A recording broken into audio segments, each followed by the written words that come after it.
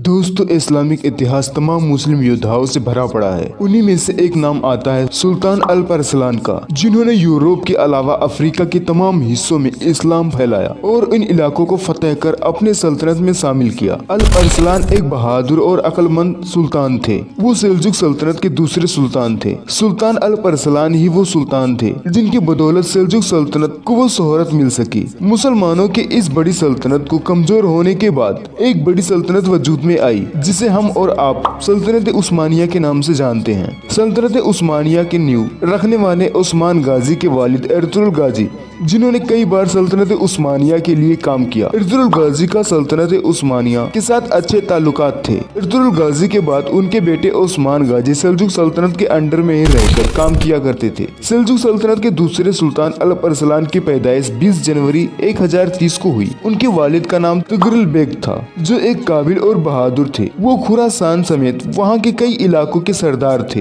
यही वजह है कि आगे चलकर अल्प अरसलान अपने वालिद की ही तरह एक काबिल, होशियार और बहादुर योद्धा बने। उन्होंने अपने इसी काबिलियत के बल पर 1063 में अल्प अरसलान सेल्जुक सल्तनत के दूसरे सुल्तान बने। उन्होंने अपने दौरे हुकूमत बहुत सी लड़ाइयाँ लड़ी और तमाम इलाकों को फतेह किया और अपने सल्तनत में मिलाया और उस दौर के छोटे बड़े सभी रियासतों और कबीलों को एक झंडे के नीचे जमा किया। उन्होंने अनातोलिया को फतेह किया और वहाँ तुर्कमान कबीलों को आबाद किया। अनातोलिया, जिसे आज तुर्की के नाम से जाना जाता है, यहीं से ताकतवर सल्तनत उस्मानिया परवान चढ़ी थी। तख्त पर बैठने के बाद सुल्तान अल्प अरसलान ने सबसे पहले अपने सल्तनत को मजबूत किया। उन्होंने सल्तनत के गद्दारों को एक एक करके मारना शुरू किया और अपने सल्तनत को फैलाने के मुहिम पर लग गए। इस बीच सुल्तान अल्प अरसलान के सामने सबसे बड़ी रुकावट थी, वो था बाज़तीन सल्तनत का बादशाह रोमानुस। आखिरकार बाज़तीन सल्तनत के बादशाह और सुल्तान अल्प अरसलान के बीच 1071 में एक बड़ी और भयानक जंग लड़ी गई। मंजीकर्ट की लड़ाई के नाम से जाना जाता है।